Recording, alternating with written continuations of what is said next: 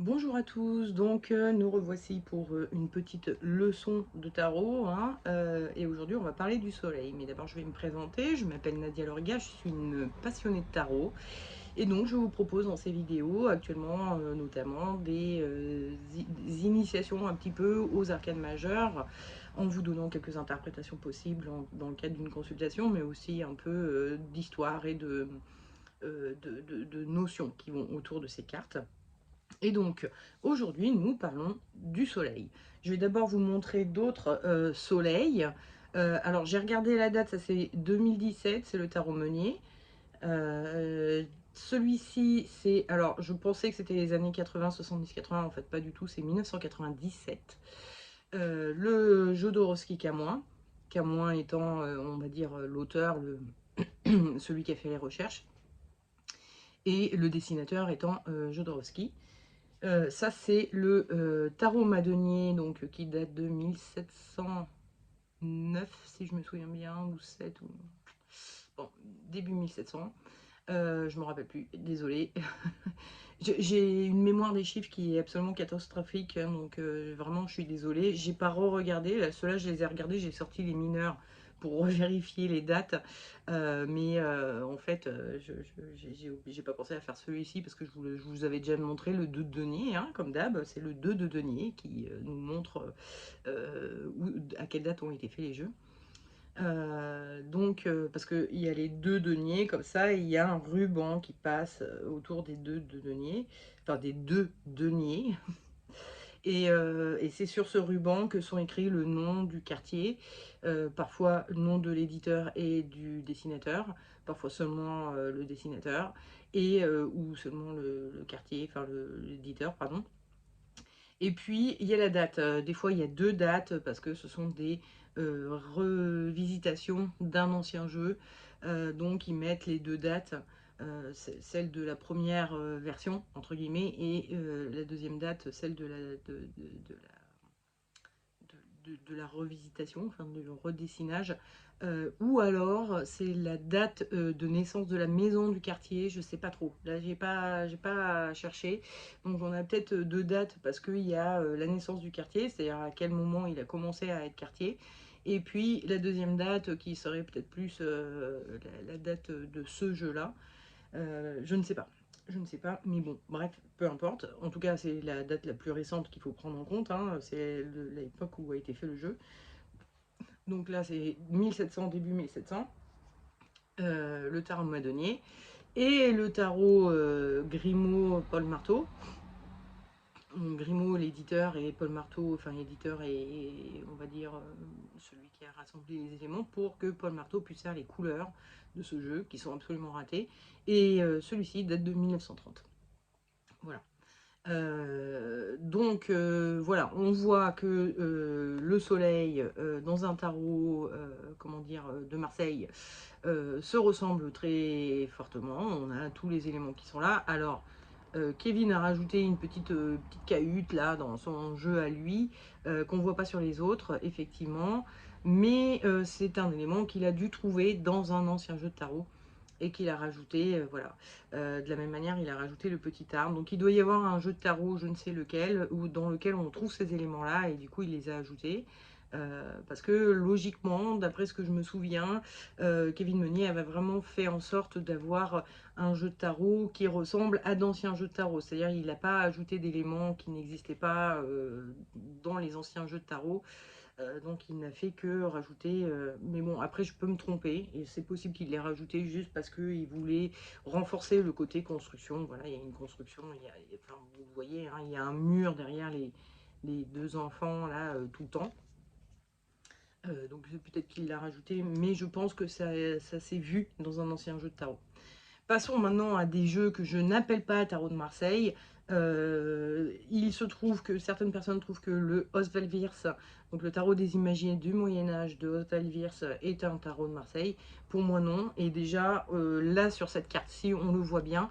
Parce qu'ici, nous avons deux enfants. Alors, ils sont un peu androgynes, hein. On pourrait penser que ce sont deux petites filles ou deux petits garçons. On ne peut pas trop savoir. Ou ça peut être une petite fille et un petit garçon, hein, finalement.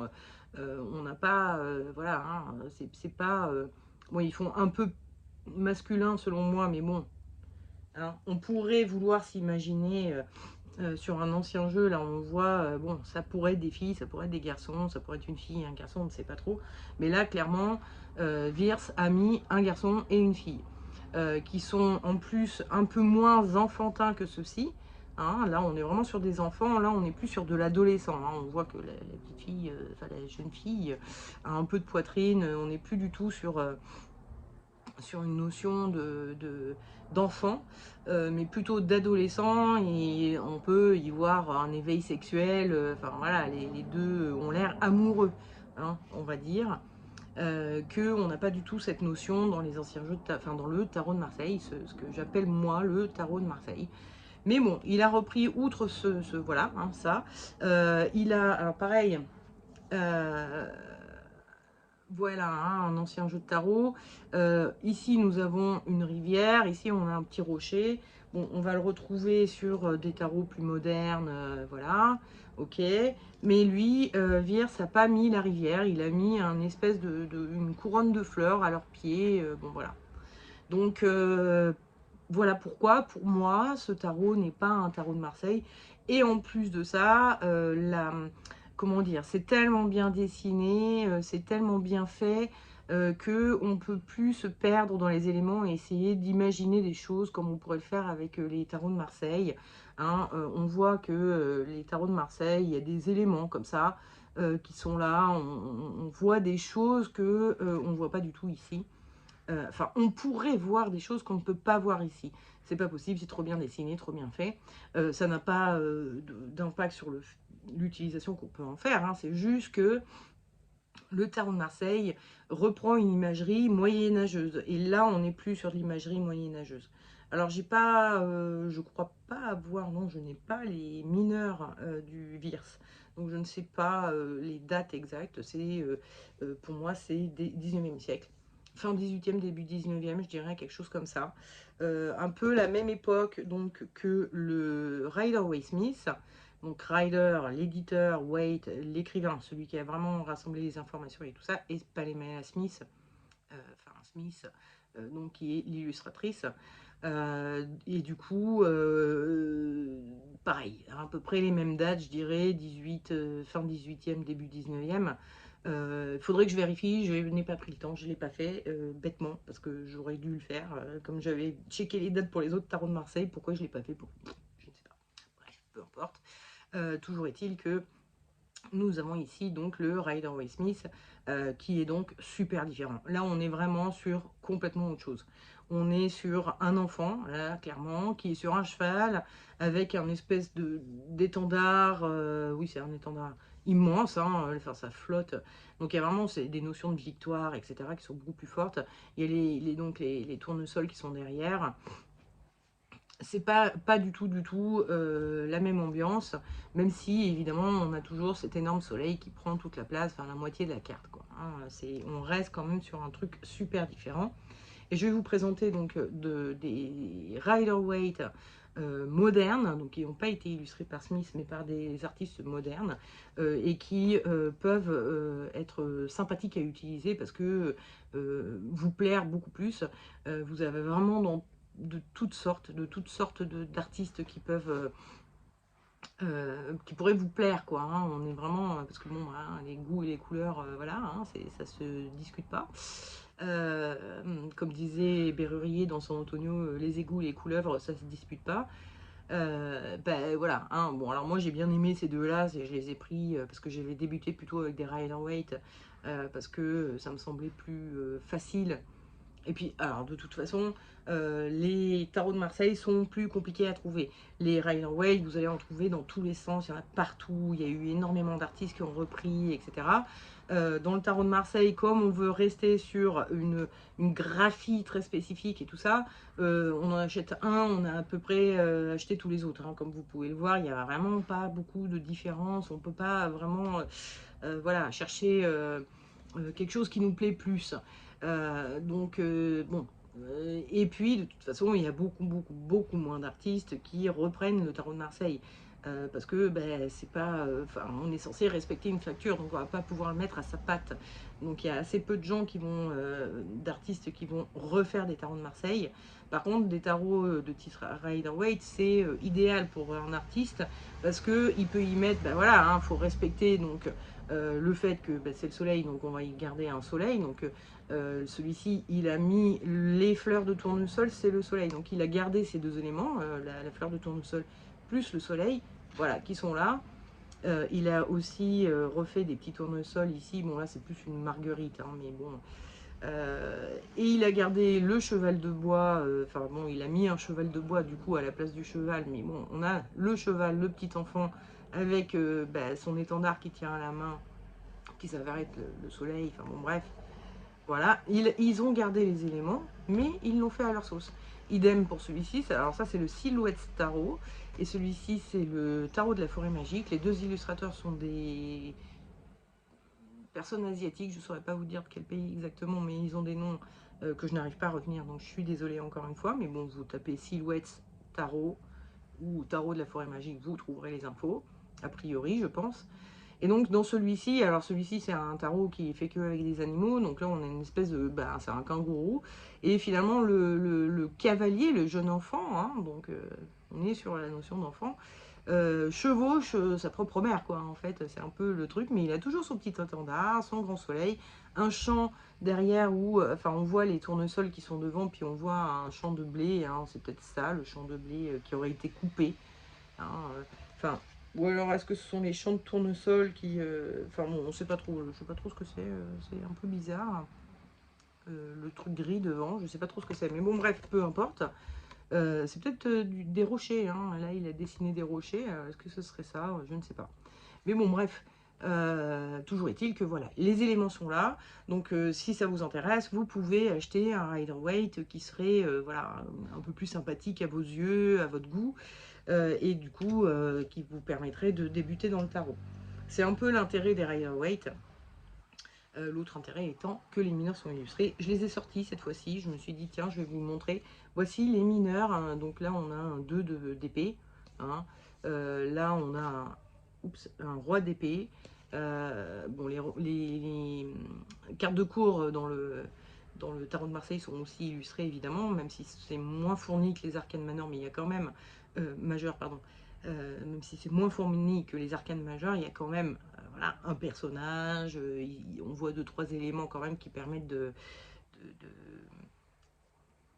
se projeter un peu dans la carte. Mais voilà, là on a le 10 de denier qui sont d'ailleurs des... En fait, je crois que ça s'appelle le 10 de pentacle, je suis... 10 de pentacle ou 10 de... Attends. Non, denier. Voilà. Mais ce sont des pentacles, hein.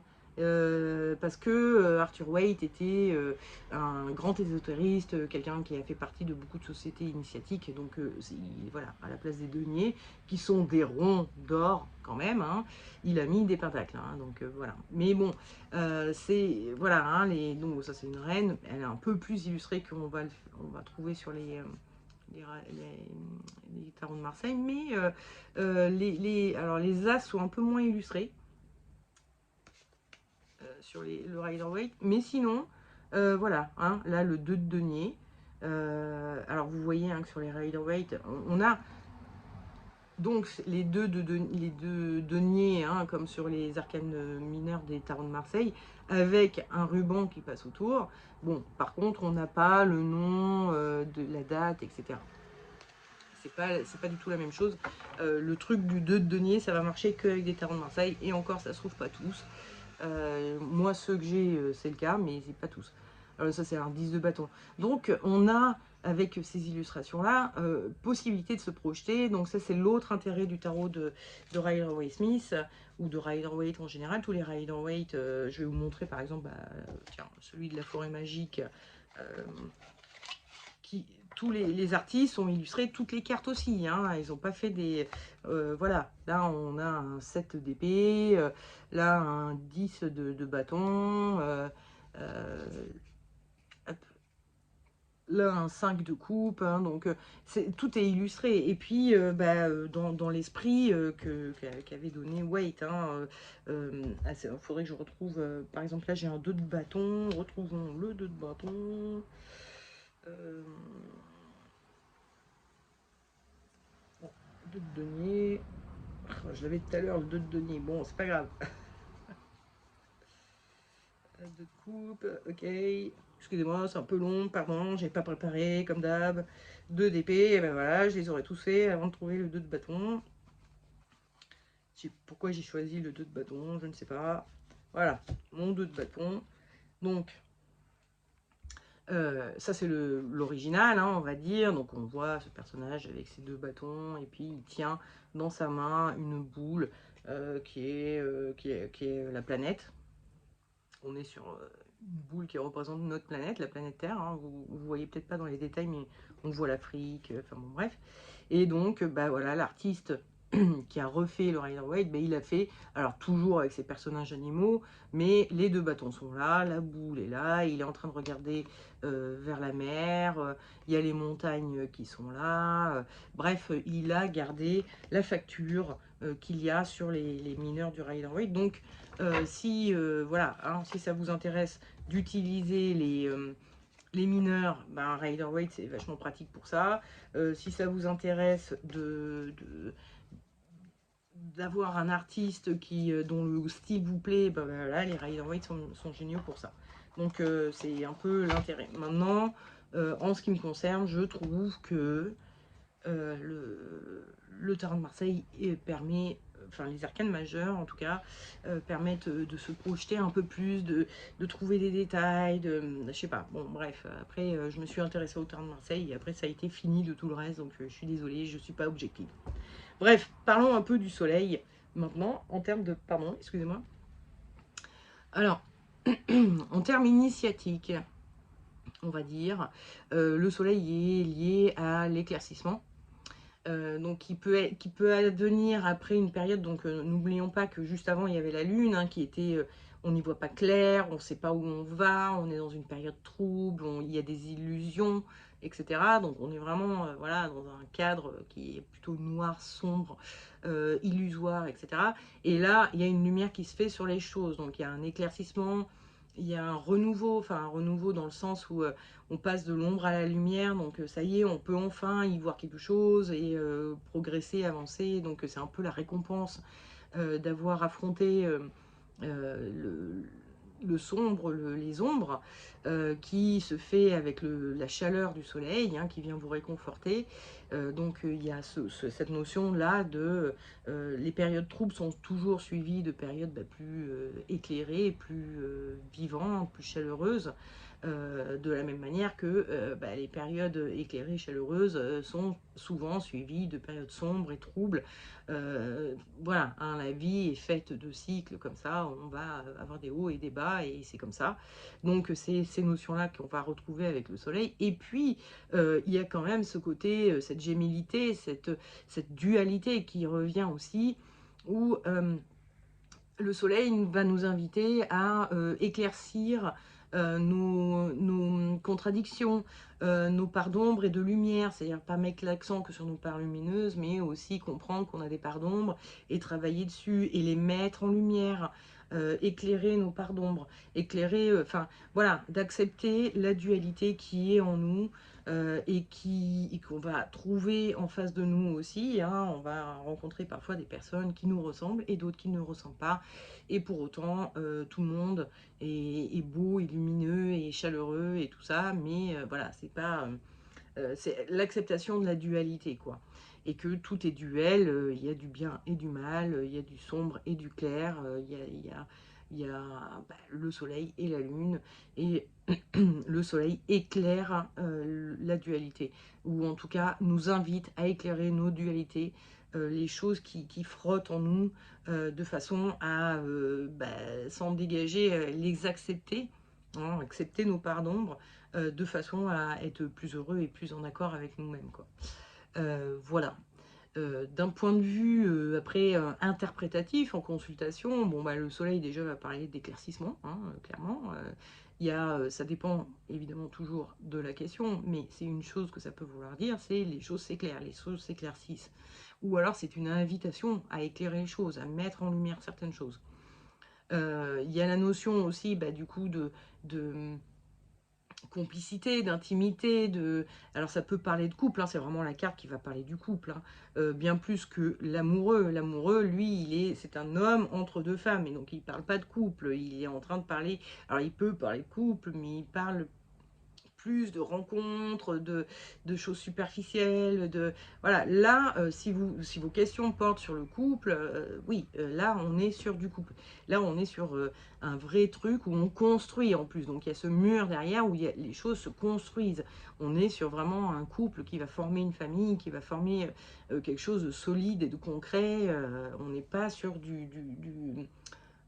du coup d'un soir ou des histoires, des amourettes de jeunesse, on n'est pas sur des trucs comme ça. Ce qui est plus le cas avec l'amoureux et qui n'est pas le cas avec celui-ci. Donc ça, c'est une carte qui est très bonne pour les couples, quand la question tourne autour du couple. Il y a une notion donc voilà, d'intimité. En plus, vous le voyez, donc ces personnages se touchent, hein, donc ils sont vraiment dans l'intimité. Ça va parler aussi du toucher, du fait de toucher l'autre, voilà, hein, si la question est comment est-ce que je peux faire pour que mon couple parte pas à volo comme ça est en train de prendre le chemin, la réponse peut être bah, écoutez, est-ce que ça vous arrive souvent de toucher votre partenaire, sans parler hein, de sexualité ou je sais pas quoi, hein, mais juste de le toucher, d'avoir une intimité, d'avoir, voilà, de prendre sa main dans la rue, de lui faire une petite caresse en passant, de lui faire un petit bisou en passant. C'est juste des petites choses comme ça, mais qui marquent l'affection. Donc, ça peut être un conseil que va vous donner le tarot. En tout cas, il va parler de contact physique, d'intimité physique, et d'intimité, évidemment, émotionnelle, quoi. Euh, il va parler aussi du fait, alors vous le voyez, j'en parle assez souvent, hein, de cette notion, donc on est sur une rivière, on va dire, hein, ça ressemblerait à une rivière ou un lac, une mare, je sais pas, ça pourrait être les douves d'un château aussi, on ne sait pas, mais bon bref. Donc il y a un cours d'eau, en tout cas, de l'eau, et puis il y a un petit rocher, là, vous voyez, et il y a ce personnage, lui, il n'est pas sur un rocher, il est dans l'eau, bon, il a l'air de marcher sur l'eau, mais disons qu'il est dans l'eau. Et on a l'impression, hein, si vous vivez la carte, hein, si vous êtes en train de prendre la position, donc là, il va falloir faire appel à un copain, une copine pour euh, prendre la position avec vous, hein, parce qu'il y a deux personnages. Donc il y en a un qui est sur un rocher et l'autre qui est dans l'eau. Et ils se touchent d'une certaine manière où on a l'impression, lui, il met sa main sur l'épaule de l'autre, lui, il est en train donc, de toucher le torse de l'autre. On pourrait envisager qu'il y en a un qui est donc sur le rocher et il aide l'autre à monter dessus, ou inversement, celui-ci aide l'autre à descendre de son rocher pour aller dans l'eau. Donc il y a quand même cette notion d'entraide. Mais si vous regardez bien, on peut aussi y voir une notion de oula, vous voyez, hein, il pose sa main sur le torse comme s'il disait oula, tu t'approches un peu près là. Donc ça peut être l'inverse aussi, hein, c'est trop tactile, t'es trop près, tu prends dans mon espace vital. Tout dépend de la question, tout dépend de comment vous cherchez, enfin, voilà, la question, la stratégie de lecture aussi, à quel endroit est positionnée votre carte, etc. Donc attention, effectivement, ça peut parler d'entraide ou de repousser l'autre. Et ça, c'est un truc qu'on va vivre, enfin qu'on va comprendre vraiment en vivant la carte. Quand on positionne la main exactement comme ça sur le torse de la personne en face et tout, on se rend compte que c'est pas forcément, on n'a pas envie de l'attirer à soi, mais plutôt de le repousser.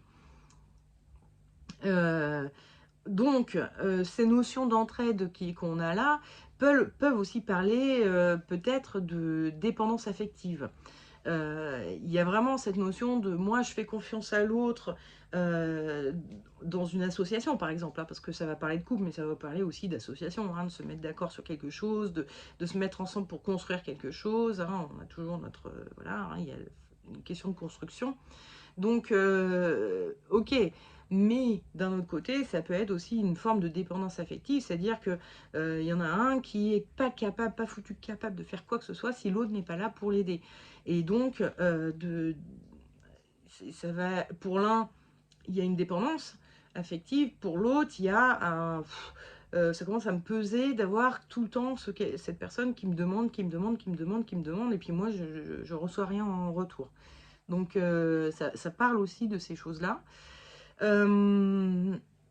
Par ailleurs, la construction donc va parler des choses qu'on est en train de construire, à deux, a priori, mais ça va parler aussi de protection, c'est-à-dire qu'à deux, on se sent protégé. Il y a le côté mur et il y a le côté le soleil avec les gouttes qui fait tomber sur les gens, donc qui donne sa chaleur aux gens. Donc il y a quelque chose de confortable, de sécurisant, de chaleureux qu'on a avec le soleil. Euh, En termes de ressenti, bon, je vous ai un peu déjà fait le topo. C'est voilà, on a vraiment ce sentiment de, il y en a un qui veut aider, l'autre qui veut repousser. On ne sait pas trop, voilà, lequel veut aider, lequel veut repousser. On n'est pas totalement sûr, mais bon, enfin, on est partagé entre repousser l'autre parce qu'il est trop invasif et recevoir de l'aide ou aider l'autre d'un autre côté. Voilà. Qu'est-ce que je pourrais dire de plus? Je pense pas avoir trop de choses à rajouter, à part que voilà, on voit que le soleil a un côté joufflu, bonomique, je sais pas, bonomique, oui, je ne sais pas sûr du mot, mais bon, vous voyez un peu ce que je veux dire. Il a quelque chose de réconfortant, de chaleureux, d'attirant, un peu joyeux, il louche même un peu, donc il y a vraiment ces notions, il y a quelque chose de joyeux et de chaleureux dans la carte. Mais, comme vous le savez, les cartes ne sont jamais totalement positives ou totalement négatives. Elles ont des côtés positifs, donc c'est chaleureux, c'est constructif, c'est des associations, de l'intimité, mais c'est aussi les dépendances affectives, le fait de compter trop sur les autres ou que les autres comptent trop sur nous, et d'être épuisé, de se retrouver épuisé par voilà, ces sollicitations perpétuelles. Donc, elle n'a pas que des aspects positifs.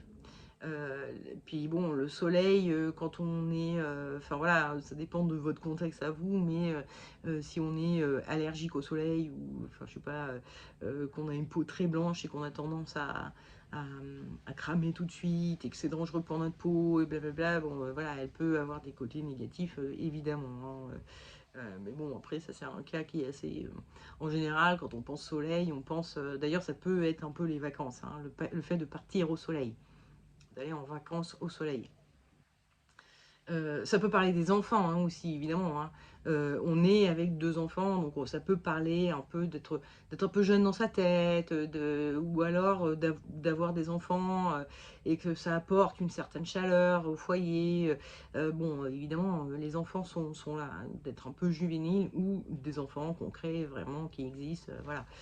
On part en vacances, mais on part avec les enfants de notre frère ou sœur. Voilà. Euh, ou avec ses propres enfants, je ne sais pas si j'ai dit, mais bon, parce que moi j'ai pas d'enfants, alors forcément si je m'imagine avec des enfants en vacances, c'est pas avec les miens.